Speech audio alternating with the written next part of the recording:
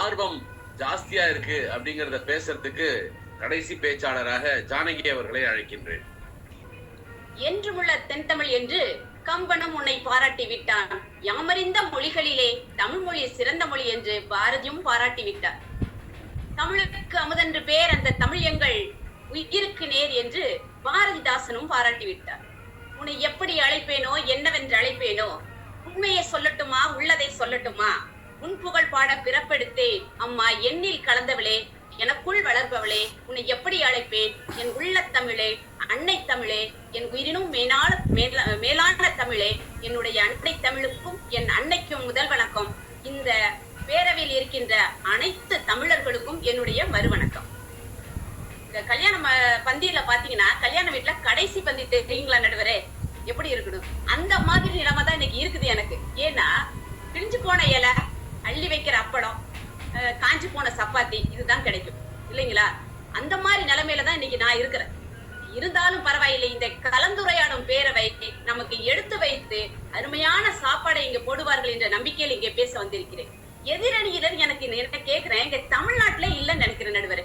அவங்க எல்லாருமே எங்க ஒரு தீவுல இருந்து வந்துட்டு பேசுறதுக்கு வந்த மாதிரி இருக்கு. நான் என்ன கேக்குறேன்னா, இவங்க எல்லாம் யாரு பேசுறாங்க தெரியுமா? அதாவது என்ன சொல்றாங்கன்னா, தலையில கம்பளி பூச்சி, பக்கவாட்டுல 2 வரி குதிரை, வாயில தமிழும் வராது ஆங்கிலமும் வராது, புது துணியில கூட கிழிஞ்ச துணியா பார்த்து வாங்கி போடுற நம்முடைய இளைஞர்களை பத்தி தான் இவங்க பேசுறாங்க. இவங்க ஓடுற வீல் சக்கரம் பாத்தீங்கன்னா, ஒரு வீல் ஒரு சக்கரம் பூமியில இருக்கும், இன்னொரு சக்கரம் பாத்தீங்கன்னா ஆகாயத்துல இருக்கும். அப்படி ஓட்டிக்கிட்டு இருக்கிற அந்த உருப்படாத இளைஞர்களை பத்தி தான் இவங்க பேசிட்டு இருக்காங்க. அவங்க என்னமோ 20% தான். ஆனா நாங்க பேசுறது யார தெரியுமா? இன்னைக்கும் நம்முடைய நடுவரை போல, இங்க இருக்கிற ஆன்றோர்களை போல, எடுத்தவுடன் தொலைபேசியில் கூட வணக்கம் என்றும் வாழ்க வளமுடன் என்றும் பேசக்கூடிய எத்தனை இளைஞர்கள் எங்க பக்கம் இருக்கிறாங்க தெரியுமா? அவர்கள் 80%. இவங்க முன்ன பேசினவங்கள நாங்க தமிழ்நாட்டு இளைஞர்கள் பட்டியல்ல கூட வைக்கிறது கிடையாது நடுவரே. அது மட்டும் இல்ல, எமிமா அம்மா பேசினாங்க, தமிழே பார்க்க முடியல, ரொம்ப கஷ்டகாலமா அப்படின்னு. அம்மா முதல்ல நம்ம அப்டேட்டுக்கு வரணும். இன்னைக்கும் நம்ம கலந்துரையாடும் பேரவையில என்ன பேர் பேசுறாங்க, வால்காவில் இருந்து கங்கை வரை அப்படின்னு ஏறக்குறைய 1943 எழுதுற புத்தகத்தை தான் இன்னைக்கு தொடர்ந்து சொல்லிட்டு இருக்கிறாங்க. இன்னைக்கு இருக்கிற அதே மாதிரி அவங்க பேசுறது சொல்ற வருஷத்தை பாத்தீங்கன்னா, இன்னும் இன்னைக்கு இருக்க இளம் எழுத்தாளர்கள் எழுதின புத்தகத்தை படிக்கிறதுக்கு இன்னும் 100 வருஷம் ஆகும் போல. ஏறக்கூடிய எங்க அவையில இருக்கக்கூடிய நீதியரசர் பிறந்த ஆண்டு வெளிவந்த புத்தகத்தை தான் இன்னைக்கும் பேசிக்கிட்டு இருக்காங்க. அந்த ஜெயமோகனையும் ராஜேஷ்குமாரை தவிர மீதி இன்னைக்கு இளம் எழுத்தாளர்கள் எத்தனை பேர் இருக்காங்க, அதெல்லாம் பேசவே மாட்டீங்களா? அது மட்டும் இல்ல, நம்முடைய சிவாஜி பேசுறாரு, தம்பி ஐயா பயப்படாதீங்க, இன்னைக்கு தமிழ் எப்படி இருக்கு தெரியுமா? அன்று பாட புத்தகத்தில் மட்டும் இருந்த தமிழ் இன்று எல்லா இடங்களிலும் இருக்கிறது. ஓலையிலே பிறந்த தமிழ், ஒளித்திரையில் வளர்ந்த தமிழ், உலகம் முழுவதும் இணைக்கும் தமிழ், என்றும் இளமையான கன்னித்தமிழ். இந்த கன்னித்தமிழ் இன்று கணினி தமிழாகி தமிழ்நாட்டு இளைஞர்களின் கைகளிலே கவிதையாகவும் கட்டுரையாகவும், அந்த இளைஞர்களின் கட்டிலில் கூட காதலிக்கு தலையணை கவிதையாகி, அந்த கவிதைகள் காதலியின் காதுகளில் தேன் தமிழாய் இனிக்கிறது. அது மட்டுமல்ல, இந்த இளைஞர்களின் மேலாடையிலும் பூவையர்களின் புடவையிலும் பிஞ்சி விரல்களின் நுனியில் இருக்கக்கூடிய பிஸ்கட்டுகளில் வரைக்கும் வந்தாச்சு நடுவரே தமிழ். இல்லன்னு பேசுறீங்க, எல்லாத்தையும் எப்படி ஏத்துக்க முடியும்? நானும் எப்பவுமே சரி என் தரப்பு வாதத்தை மட்டுமே வைத்துக் கொள்ள வேண்டும் என்று நினைப்பேன். ஆனால் இவர்கள் பேசுறத பார்த்தா அவங்களை பதில் சொல்லாம நம்மளால பேச முடியாது போல. ஒரு இளைஞன் பேசுறான், என்ன தெரியுமா அவருக்கு சொல்றான், பேசும்போது கன்னத்தில் வெளியிடுகின்ற தன்னுடைய காதலிக்கு ஒரு கவிதை எழுதுறான் பாருங்க. என்ன தெரியுமா சொல்றாரு?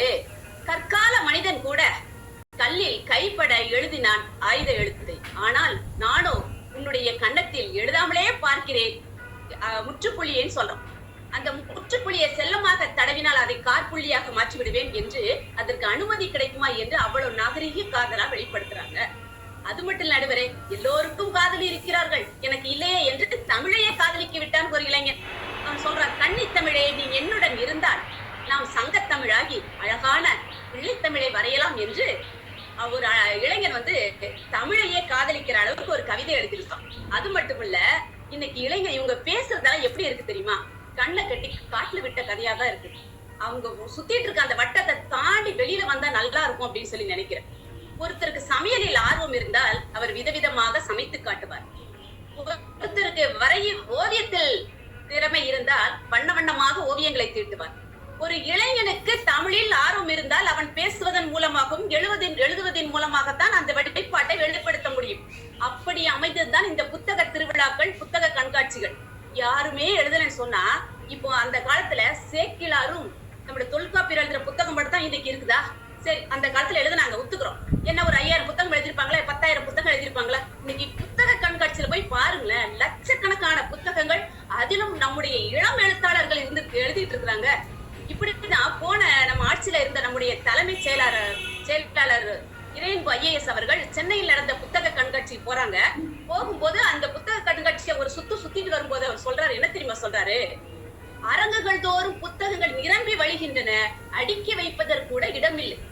அப்படி திறந்து பார்த்தால் எல்லாம் இளம் எழுத்தாளர்களா இருக்கிறாங்க.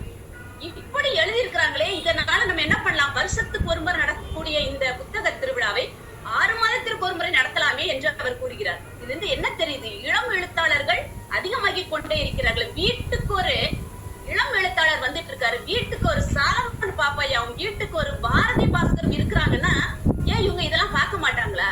அம்மா, நீங்க பேசுறது எல்லாமே தேவையில்லாத அணியாவே இருக்குது. எவ்வளவு விஷயம் இன்னைக்கு நடந்துட்டு இருக்கு.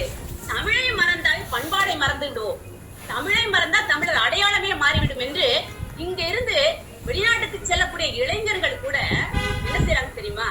அமெரிக்கா போனா அமெரிக்கா தமிழ்ச்சங்கம், ஆஸ்திரேலியா போனா ஆஸ்திரேலியா தமிழ்ச்சங்கம், லண்டனுக்கு போனா லண்டன் தமிழ்ச்சங்கம் என்று ஆரம்பித்து அங்கேயும் போய் நம்முடைய தமிழை வளர்த்து கொண்டு இருக்கிறார்கள். இதற்கு நான் உதாரணமா சொல்லணும்னா, நம்முடைய சுபாசினி, பொள்ளாச்சியை, தமிழ்நாட்டு பொள்ளாச்சியை உறைவிடமாக கொண்ட சுபாசினி அவர்கள் அமெரிக்காவிலே தமிழ் பள்ளியை நடத்தி கொண்டிருக்கிறார்.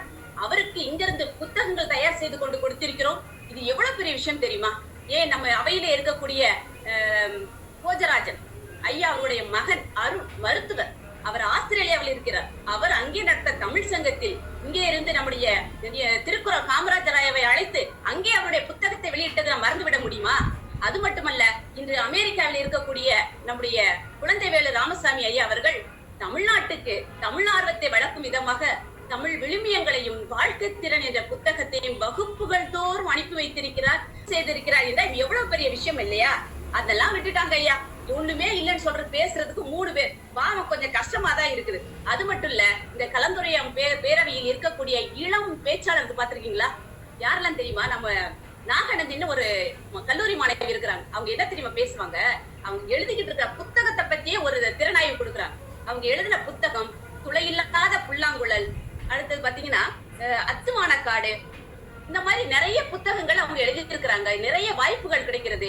அது மட்டும் இல்ல, இன்னைக்கு பேசுவோம் இல்லையா, புத்தகத்தை பத்தி சொல்றப்போ பள்ளியில் இன்று புத்தகத்தை வளர்க்கும் விதமாக, தமிழார்வத்தை வளர்க்கும் விதமாக ஒவ்வொரு வகுப்பிலும், அதாவது 3 முதல் 4 வரைக்கும் இருக்கக்கூடிய பிள்ளைகளோட தமிழார்வத்தை வளர்க்கும் விதமாக புது ஊஞ்சல், 6 முதல் 9 வகுப்பு வரைக்கும் இருக்கக்கூடிய மாணவர்களின் தமிழார்வத்தின் படைப்புகளை வெளியிடுவதற்காக தேன் சிட்டு, பெரிய வகுப்பு மாணவர்களுக்காக மாணவர் கையேட்டு, மாணவர் முரசு என்று பல பத்திரிகை வெளிவந்து கொண்டிருக்கிறது.